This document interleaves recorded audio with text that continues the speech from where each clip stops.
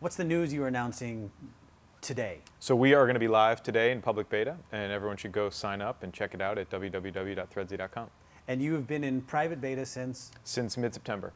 And how many beta users do you have? Lots, tens of thousands, so pretty big private beta. We have learned a lot from our users over the course of the last several months, and we've been making lots of improvements and changes in the product, which we're super excited to unveil today.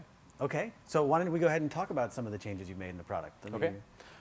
So this is Threadsy. It's a social stream reader and a universal inbox. It combines and pulls together email, Facebook, Twitter, and 30 other social web services into a single integrated interface. It's free. It runs in the web browser. No downloads required. It uses all of your existing accounts. You don't need to create new accounts with any of these services. It's easy to get started.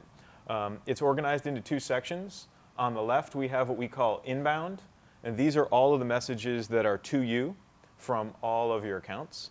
And on the right, we have the streams, and this is your Facebook and your Twitter streams, also aggregated. The streams are filterable, so if I want to just filter to Facebook, I can filter to Facebook. If I want to look at just one of my Twitter accounts, I can do that. Or you can watch them all in an aggregated whole. You can see that the media is expanded in lines. You can play videos, you can look at pictures, you can reply to messages right here or retweet them, you can favorite them, you can comment on Facebook posts, you can like them. We've actually added a dislike button as well, so you can dislike Facebook posts or love them if you want to. So it's a relatively robust stream reader product. You can also update your status. If I want to update it, I can update Facebook and 3 Twitter accounts at the same time. So it's a pretty flexible stream product, but where I think we really add value is here in the inbound. And this is really trying to pull the right stuff out of your streams. So I think one of the things that's happening as communication is getting more spread out and you have to go more and more places is that people are increasingly missing messages that were sent to them. The idea of a message sent to you is pretty straightforward for email. It's your inbox. But for something like Twitter or Facebook, it's not as clear a notion. In Twitter, you have the direct message. That's pretty clear. But the @reply is sort of on the borderline. In Facebook, you have the inbox again, but then you also have a wall post. You have comments on statuses that you've written. And we think all of those are things that people want to see. So what this is doing is catching all of those messages that are to you, and it's putting them into one place. So here's tweets, here's wall posts, here's email messages, all integrated into one place, and it lets me interact with them as though they were native. So I can reply to messages, I can @reply to tweets, I can comment back on Facebook posts, all in line. But where we really think we shine, inside of this Unbound section, is when you open up a message from someone, we provide you some context. And this is really where I think communications is evolving. So here's a message from my friend Rahul, and here, when I open the message from him, I see his bio, I see his Facebook profile, his Flickr pictures, his LinkedIn profile. Here are his recent status updates. Here's some photos he's posted recently. If I want to, I can actually get a slideshow of them right here in the product. So what's great about this is, although there are lots of status updates that Rahul's putting out into the stream that I can see from time to time, when I really want to consume them is when I'm interacting with him. So if he sends me a message, it's the perfect pivot point for me to show his recent updates. Where does Threadsy kind of see electronic communications going? Yeah.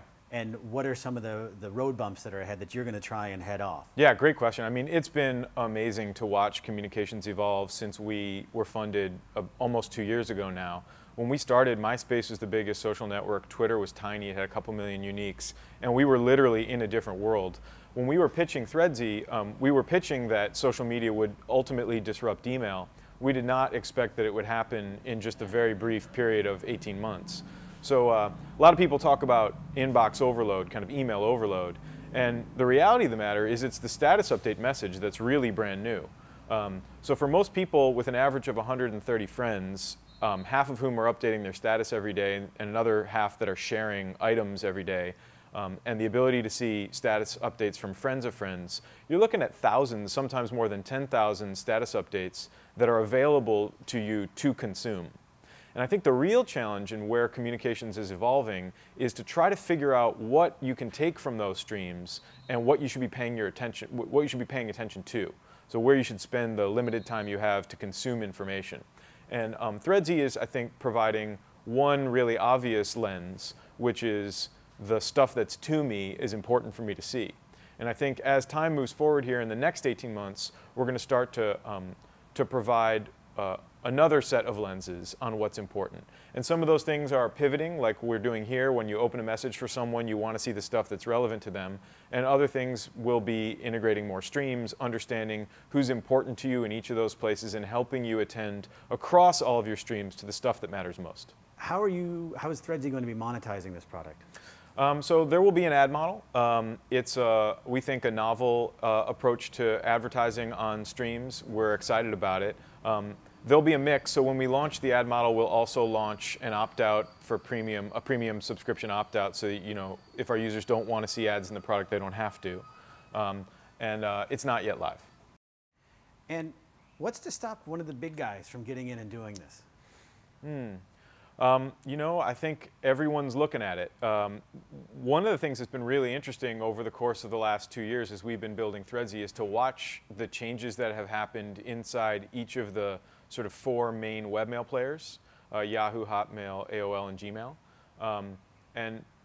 Yahoo, Hotmail, and Gmail have all added their own status update style product. So at Yahoo, it's Yahoo Mail's status casting, and Microsoft, it's network notes, and at Gmail, it's Buzz. And so they are, I think, looking at the space, and I think everyone sees the value of having social media and email combined in one sort of way or another. I don't think anyone's taken our approach of sort of organizing the content in this value-added way, providing pivots, trying to extend the information about people. But I definitely think people are looking. So we're delighted as a startup to be able to provide with our customers what we think they want, which is their email, their Facebook, and their Twitter in one place. And so far, none of the guys have done that. Okay. So you launched today? We launched today. And what's next? What's the next? So you throw a big party, big sigh of relief, product is out there. What's the next thing? Wow, it's such an exciting time right now. There's so much happening in online communication. So a couple of areas that I think are going to be focuses for us. The first, of course, is mobile. That is a really important area. In the next 2 years, there are going to be 200 million people around the world who, for the first time, will have access to an email account on their mobile device. And that is just an enormous opportunity, I think, where you don't have built-in behavior. There isn't kind of a way that those people already go about their day. And so to provide this kind of integration and a sort of single place to go to get all your messages, I think, is a huge value in mobile. So we're working hard on that. And the other thing is the evolution of the stream. It's a very powerful metaphor, the stream, and I think it works really well in a lot of ways. And also, it's got some real handicaps. I think it's such a powerful metaphor that a lot of services that maybe thought of themselves as destination services in the past are now kind of reimagining themselves as streams. And I think a lot of new services that are appearing for the first time are streams to begin with. Some of the location services come to mind, the Gowalla Foursquare type services, sort of a place stream from day one, Blippy as a transaction stream, for example. So how do you take those evolving streams and sort of combine them with the other streams that have existed for a while now, Facebook and Twitter, and sort of figure out what it is that's important for people to look at?